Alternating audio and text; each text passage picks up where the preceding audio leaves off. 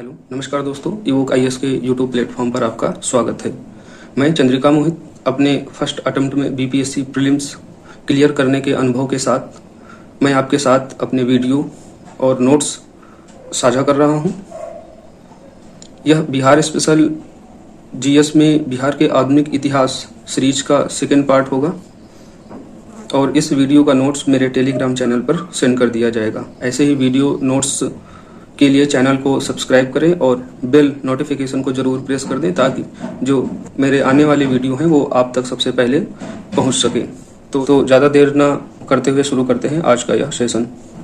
आज हम पढ़ेंगे बिहार में क्रांतिकारी राष्ट्रवाद, उसके बाद कुछ गांधीवादी आंदोलन में बिहार की क्या भूमिका रहती है। यह वीडियो काफ़ी महत्वपूर्ण होने वाला है क्योंकि इस वीडियो से लगभग 3-4 क्वेश्चन तो आपको देखने को जरूर मिलेंगे। तो बिहार में क्रांतिकारी राष्ट्रवाद का जो प्रथम चरण होता है वो 1906 में स्टार्ट होता है, जिसमें बाबाजी ठाकुर प्रसाद ने पटना में रामकृष्ण सोसाइटी की स्थापना की और यहाँ से मदरलैंड समाचार का प्रकाशन किया। यह क्वेश्चन पूछा जा चुका है कि मदरलैंड का प्रकाशन कहाँ से हुआ था, तो वह पटना से हुआ था। किसने? रामकृष्ण सोसाइटी के द्वारा। और रामकृष्ण सोसाइटी की स्थापना किसने की थी बिहार में? तो 1906 में बाबाजी ठाकुर प्रसाद ने।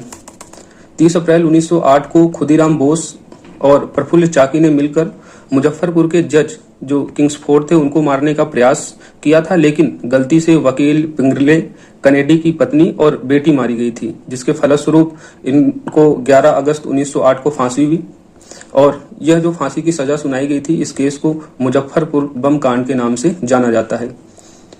खुदीराम बोस को फांसी हुई थी और प्रफुल्ल चाकी को 2 मई 1908 को स्वयं इन्होंने गोली मार ली थी। अगला 1913 में पटना में अनुशीलन समिति की एक शाखा स्थापित की गई थी। किसके द्वारा? सजेंद्र सन्याल के द्वारा। और इसी तरह भागलपुर में ढाका अनुशीलन समिति की स्थापना की गई थी, जिसकी जो प्रमुख थी वह रेवती नाथ थी। और ढाका अनुशीलन समिति के सदस्य यदुनंदन सरकार ने बक्सर में युवा क्रांतिकारियों को प्रशिक्षण देने के उपाय किए थे। और इसी में श्यामजी कृष्ण वर्मा से प्रभावित होकर सत्यदेव ने बिहार में क्रांतिकारी विचारधारा का प्रसार करने का प्रयास किया था। और भागलपुर में अनाथ बंधु चौधरी भारत रक्षा कानून 12(1) के अंतर्गत 1918 को गिरफ्तार कर लिए गए थे और इनकी गिरफ्तारी के विरोध में रविंद्रनाथ टैगोर सामने आए थे। तो हमने बिहार में क्रांतिकारी राष्ट्रवाद का प्रथम चरण पढ़ा। अब इसका द्वितीय चरण। 1927 में सचिन बख्शी बिहार की यात्रा के दौरान भागलपुर में गिरफ्तार किए गए। 7 जून 1929 को मिलौनिया जो चंपारण में पड़ता है वहां पर एक डकैती होती है और इस डकैती के प्रमुख योगेंद्र शुक्ला को पुलिस मुख्य आरोपी समझकर गिरफ्तार कर लेती है। कब? 11 जून 1923 को। और तिरहुत षड्यंत्र केस इन पर चलाया जाता है। तो तिरहुत षड्यंत्र केस किससे संबंधित है? तो मिलौनिया डकैती से। असेंबली बमकांड 1929 के बाद पटना में भगत सिंह, बटुकेश्वर दत्त की प्रतियां तथा इश्तिहार बिकते हैं, जिसके लेखक ज्ञान शाह होते हैं। आपको पता है कि 1929 को असेंबली बमकांड हुआ था और यह बमकांड भगत सिंह और बटुकेश्वर दत्त के द्वारा किया गया था। और इस कांड के बाद पटना में इनकी प्रतियां और इश्तिहार बिके थे, जिसके लेखक वो थे ज्ञान शाह। ज्ञान शाह पटना क्रांति के नेता मणिंद्र नारायण राय तथा HSRA Hindustan socialist Republic association की जो पंजाब शाखा थी उसके नेता जयचंद्र विद्यालंकर के घनिष्ठ मित्र थे। बिहार नौजवान सभा मुंगेर में 12 अगस्त 1929 को स्थापित हुई थी। ये काफी इंपॉर्टेंट हो जाता है कि बिहार नौजवान सभा कहाँ स्थापित हुई थी, तो बिहार के मुंगेर में। और कब? 12 अगस्त 1929 को। इस सभा में सुभाष चंद्र बोस उपस्थित होने वाले थे, लेकिन इनकी फिर अनुपस्थिति में पंडित प्रजापति मित्र द्वारा इसकी अध्यक्षता की गई थी। HSRA का महत्वपूर्ण केंद्र छपरा और पटना था। तो बिहार में जो हिंदुस्तान सोशलिस्ट रिपब्लिक एसोसिएशन जो थी उसके जो प्रमुख केंद्र थे वो छपरा और पटना में थे। छपरा केंद्र के नेता रामदेनी सिंह को हाजीपुर स्टेशन में डाक का थैला लूटने के आरोप में इनको फांसी हो गई थी। बरिंद्र कुमार घोष स्वदेशी आंदोलन प्रचार के लिए देवघर में गोल्डन लीग की स्थापना की थी। ये काफी इंपॉर्टेंट है जाता है। कि गोल्डन लेक की स्थापना किसने की थी? बरिंद्र कुमार घोष ने। और कहां पर? देवघर में। बंगभंग विरोधी स्वदेशी आंदोलन के दौरान जमशेदपुर की टाटा आयरन स्टील कंपनी ने सरकारी व विदेशी सहायता लेने से इनकार कर दिया था। नेक्स्ट 1856 में लोटा विद्रोह होता है मुजफ्फरपुर के कैदियों द्वारा। पीतल के लोटे की जगह मिट्टी के बर्तन इनको दिए जाते हैं। अर्थात मुजफ्फरपुर के जो कैदी होते हैं और उनको क्या किया जाता है, जो पानी दिया जाता है वो पीतल के लोटे की जगह मिट्टी के बर्तन में दिया जाने लगा। अर्थात इनके साथ काफी क्रूरता का व्यवहार होने लगा जेल में। तब वहां पर 1856 में एक लोटा विद्रोह हुआ था, इसको याद रखना है। 28 जून 1931 को पटना बम कांड हुआ। किसके द्वारा? हजारी लाल और प्रकाश उर्फ सूर्यनाथ चौबे द्वारा। यह भी काफी इंपॉर्टेंट है कि पटना बम कांड कब हुआ था, तो 1931 में। और किसके द्वारा किया गया था? तो इसमें इंपॉर्टेंट नाम है हजारी लाल और प्रकाश, जिनको सूर्यनाथ चौबे के नाम से भी जाना जाता है।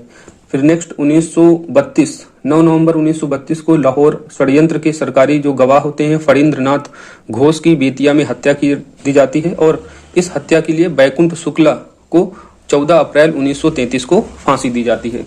अभी तक हमने बिहार में क्रांतिकारी राष्ट्रवाद के पहले और द्वितीय चरण को देखा। अब हम पढ़ेंगे गांधीवादी आंदोलन में बिहार की भूमिका क्या होती है, जिसमें पहला खिलाफत आंदोलन और बिहार के संदर्भ में देखेंगे। 24 नवंबर 1919 को दिल्ली में एक अखिल भारतीय खिलाफत कमेटी का अधिवेशन होता है, जिसकी अध्यक्षता गांधी जी द्वारा की जाती है। नेक्स्ट 20 जून 1920 को इलाहाबाद में हिंदू मुस्लिम संयुक्त बैठक होती है और असहयोग को अपनाए जाने का निर्णय लिया जाता है। रोलल एक्ट जो आया था फरवरी के अंत में 1919 को, इसका भी बिहार में विरोध होता है। और मार्च में पटना, अर्थात जो फरवरी के अंत में जो रोलर एक्ट आया था, इसके बाद अगले महीना मार्च में पटना, गया, मुंगेर, मुजफ्फरपुर, छपरा, भागलपुर में विरोध सभाएं होती हैं। किसके खिलाफ? इस रोलर एक्ट के खिलाफ। 6 अप्रैल 1919 को पटना में विनम्रता तथा उपासना दिवस मनाया जाता है और हसन इमाम द्वारा विशाल जुलूस का आयोजन भी किया जाता है। नेक्स्ट 1 अगस्त 1919 को पटना में आयोजित सभा में नूरुल हसन ने प्रांतीय विधायिका से त्यागपत्र दे दिया।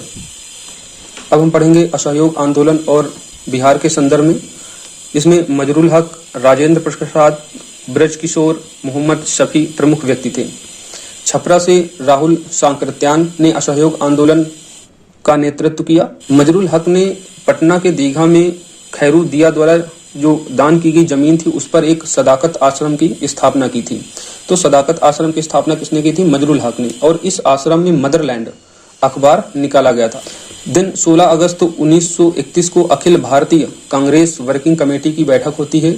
इसमें गांधी के साथ मोतीलाल नेहरू, राजेंद्र प्रसाद, मौलाना मोहम्मद अली, जमनलाल बजाज उपस्थित होते हैं और 11 प्रस्ताव स्वीकृत होते हैं। इसमें प्रमुख विदेशी वस्तुओं का बहिष्कार होता है। नेक्स्ट 6 फरवरी 1921 को बिहार विद्यापीठ का उद्घाटन होता है। किसके द्वारा? गांधी जी द्वारा।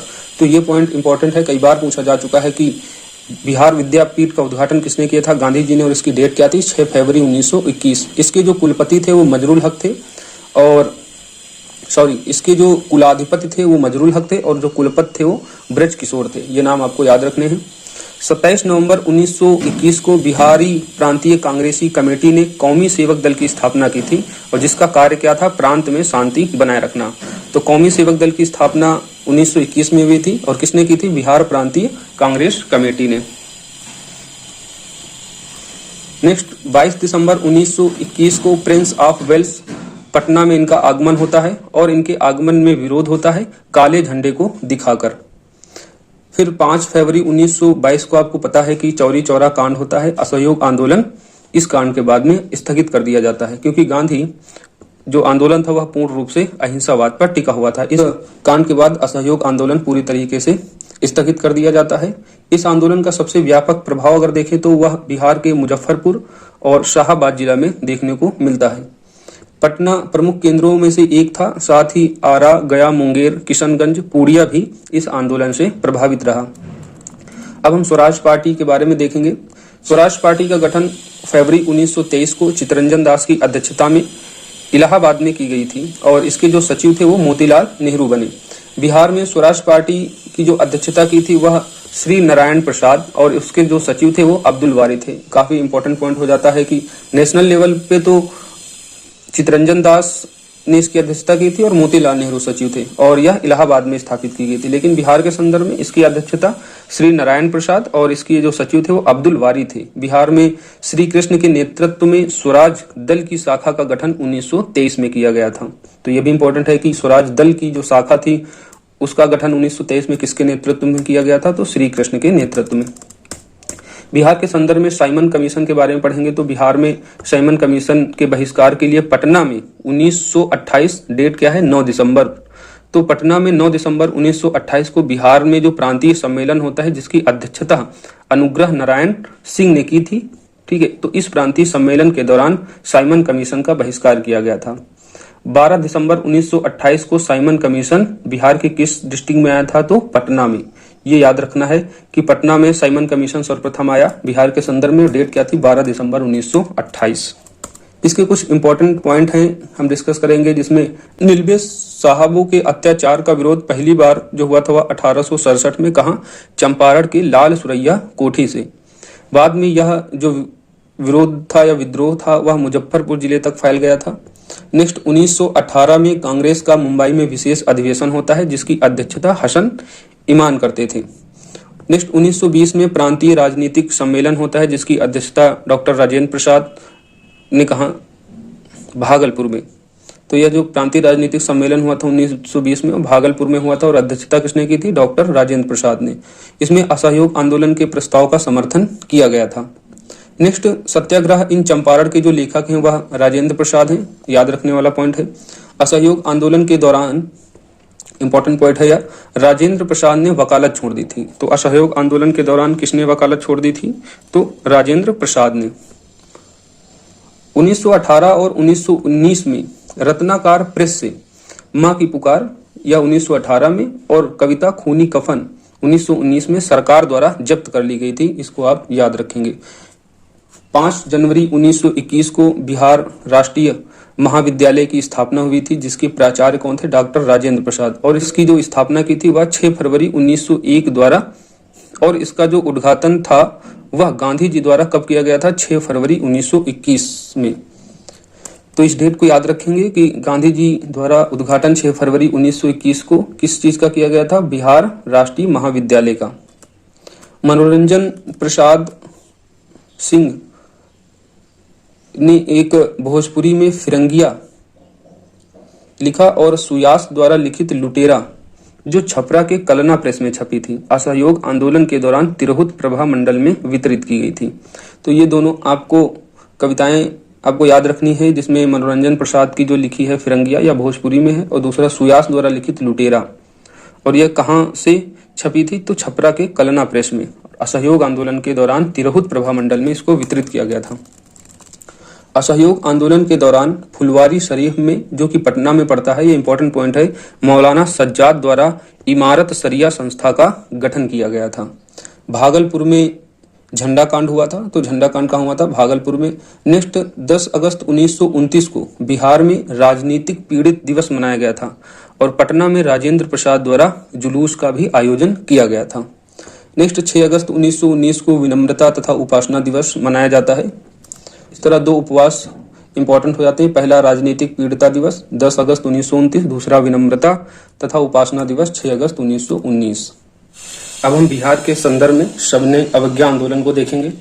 इस आंदोलन का जो प्रस्ताव है वह 1929 को लाहौर अधिवेशन के दौरान हुआ था, और जिसकी अध्यक्षता पंडित जवाहरलाल नेहरू ने की थी। गांधी द्वारा 6 अप्रैल 1930 को इसकी शुरुआत हुई, और इसकी शुरुआत में दांडी में नमक कानून तोड़ने के साथ हुई थी। अर्थात गांधी जी ने दांडी में नमक कानून तोड़ा, और उसी के साथ 6 अप्रैल 1930 को सबने अवज्ञा आंदोलन पारित हुआ। बिहार में 15 अप्रैल 1930 को चंपारण और सारण में नमकीन मिट्टी से नमक बनाकर इस आंदोलन की शुरुआत हुई। तो ये पॉइंट याद रखने वाला है कि बिहार में किस डेट को सविनय अवज्ञा आंदोलन स्टार्ट हुआ था, तो 15 अप्रैल 1930, और चंपारण और सारण में सर्वप्रथम, और इसकी प्रक्रिया थी नमकीन मिट्टी से नमक बनाकर तोड़ने की। सारण जिले में नमक सत्याग्रह का जो नेतृत्व था वह नारायण प्रसाद, भरत मित्र, गिरीश तिवारी, बबन सिंह ने किया था। वहीं मुजफ्फरपुर में इस आंदोलन का नेतृत्व रामदयालु, जनकधारी प्रसाद ठाकुर, रामनंदन सिंह ने किया था। पटना में 16 अप्रैल 1930 में अंबिका प्रसाद सिंह और जुगुल लाल गुप्ता को गिरफ्तार करके कहां बांकीपुर जेल भेज दिया गया था सत्याग्रह आंदोलन के दौरान। पटना में एक स्थान है नरवाश पिंड नामक स्थान है। दरभंगा में 17 अप्रैल 1930 में श्री सत्यनारायण सिंह ने इसका नेतृत्व किया था। फिर मुंगेर जो गंगोरी में है 23 अप्रैल 1930 को श्री कृष्ण सिन्हा ने यहां से सत्याग्रह स्टार्ट किया था और इन्हें गिरफ्तार करके हजारीबाग जेल में रखा गया था। फिर लखीसराय से नंदन कुमार जिन्होंने रजौनी ग्राम में नमक सत्याग्रह स्टार्ट किया था और 22 अप्रैल 1930 को बड़हैया में तेज सिंह के मंदिर में नमक बनाने का केंद्र खोला गया था। तो 1930 को तेज सिंह मंदिर यह कहां पड़ता है? बड़ैया में। और किसने खोला था? शाह मोहम्मद जुबेर तथा नेमधारी सिंह ने मिलकर बड़हैया नामक कानून भंग किया था। भागलपुर के गौरी गांव में महादेव शरीफ तथा दीपा नारायण द्वारा नमक सत्याग्रह शुरू किया गया। वहीं राजेंद्र प्रसाद को 5 जुलाई 1923 को गिरफ्तार किया गया। कहां से? छपरा से। और फिर इनको हजारीबाग जेल में रखा गया। अच्छा, जेल के नाम भी पूछ लेता है कि सविनय अवज्ञा आंदोलन के दौरान राजेंद्र प्रसाद को गिरफ्तार करके फिर पूछ लेगा कहां से गिरफ्तार करके, याद रखना छपरा से। इंपॉर्टेंट है जेल, किस जेल में रखा गया? तो हजारीबाग जेल। बिहार में चौकीदार का बंदी अभियान शुरू किया गया था। 12 अगस्त 1930 को गया में चंद्रवती देवी ने भाषण देते हुए चौकीदारी टैक्स न देने पर बल दिया था। याद रखना है, चंद्रवती देवी ने कहां से भाषण देते हुए चौकीदारी टैक्स न देने पर बल दिया था? तो वह गया से। फिर मई 1930 को पटना में स्वदेशी लीग की स्थापना हुई। तो स्वदेशी लीग की स्थापना कहां हुई? पटना में। और डेट याद रखना है मई 1930 की। इसकी अध्यक्षता किसने की थी? तो अली इमाम ने। और इसके अन्य सदस्यों में सच्चिदानंद सिन्हा थे, केबी दल थे, हसन इमाम, बलदेव सहाय थे। अब हम कुछ इंपॉर्टेंट फैक्टों पर नजर डालेंगे। पटना में विदेशी वस्त्र बहिष्कार का मुख्य श्रेय महिलाओं में जो प्रमुख थी वह श्रीमती हसन इमाम और श्रीमती विंध्यवासिनी, इसको आपको याद रखना है। फिर सविनय अवज्ञा आंदोलन के दौरान बिहार में पहली बार 2 महिलाएं गिरफ्तार की गई थी जिनका नाम श्रीमती सरस्वती देवी और साधना देवी था। 5 मई 1931 को जो गांधी इरविन समझौता हुआ था वह सविनय अवज्ञा आंदोलन के दौरान स्थगित हो गया था। पुनः 3 मई 1932 को प्रारंभ हुआ था। आपको पता है कि जो सविनय अवज्ञा आंदोलन स्टार्ट हुआ था वह गांधी इरविन समझौते के बाद स्थगित हो गया था, लेकिन पुनः 1932 को प्रारंभ हुआ था और यह 7 अप्रैल 1934 तक चला। सविनय अवज्ञा आंदोलन के दौरान ये इंपॉर्टेंट फैक्ट है कि छपरा में कारागार कैदियों द्वारा नंगी हड़ताल किया गया था। फिर 15 जनवरी 1934 में बिहार में भीषण भूकंप आया जिसमें 20,000 से अधिक लोगों की मृत्यु हो गई थी। इस भूकंप के पीड़ितों की सहायता के लिए बिहार केंद्रीय रिलीफ कमेटी नामक एक गैर सरकारी संस्था का गठन हुआ था। तो जो बिहार केंद्रीय रिलीफ कमेटी था, ये किससे संबंधित था? भूकंप के से जो पीड़ित थे उनकी सहायता के लिए। और इम्पोर्टेंट यह है कि इसकी जो अध्यक्षता की थी वह डॉक्टर राजेंद्र प्रसाद ने और इसके जो सचिव बनाए गए थे वह बलदेव प्रसाद थे। गांधी जी का बिहार में हरिजन यात्रा हुई थी 1934 में और यह यात्रा 2 बार हुई थी। फिर महात्मा गांधी और अन्य कांग्रेस सदस्यों की रिहाई पर स्वाधीनता दिवस मनाया गया था जिसके तहत पटना में अनुग्रह नारायण सिंह ने झंडा फहराया था। चंपारण में जो नमक आंदोलन था वह विपिन बिहारी वर्मा ने स्टार्ट किया था और वहीं बरेजा में गिरीश तिवारी और गेरिया कोठी में चंद्रिका सिंह और हजारीबाग से भारत मिश्र ने सविनय अवज्ञा आंदोलन सत्याग्रह को प्रारंभ किया था। अब हम भारत छोड़ो आंदोलन में बिहार का क्या योगदान रहा इसके बारे में पढ़ेंगे। तो जैसे आपको पता है कि 8 अगस्त 1942 को ग्वालियर टैंक से भारत छोड़ो आंदोलन का प्रस्ताव पारित हुआ था। ठीक है, ये हिस्ट्री के पॉइंट ऑफ व्यू से बहुत इंपॉर्टेंट है कि किस डेट को, तो 8 अगस्त कहां से? मुंबई के ग्वालियर टैंक से भारत छोड़ो आंदोलन प्रस्ताव पारित हुआ। प्रस्ताव पारित होने से पहले जो सक्रिय नेता थे बिहार से वह नारायण सिंह और सुखलाल सिंह थे और जिनको हजारीबाग में गिरफ्तार कर लिया गया था।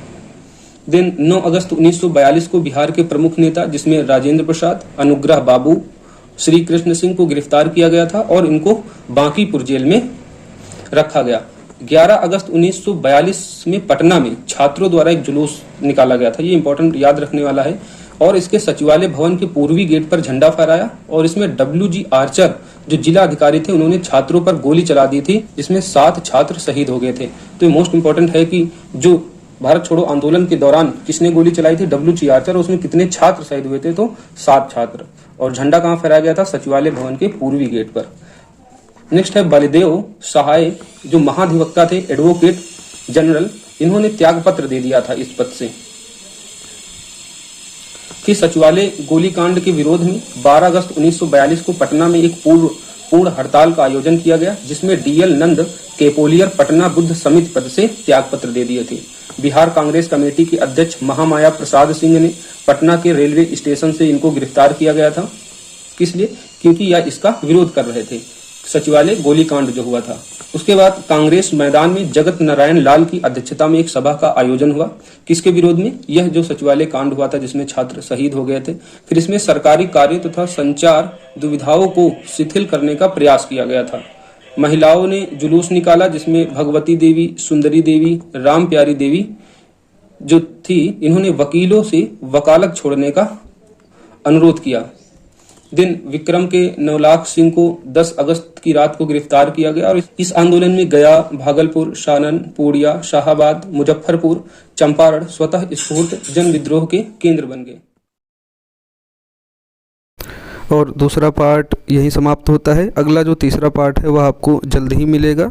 और तीसरे पार्ट के साथ में बिहार से संबंधित जो आधुनिक भारत का इतिहास है वह समाप्त हो जाएगा। फिर उसके बाद हम बिहार स्पेशल GS के अन्य सेक्शनों को पढ़ेंगे।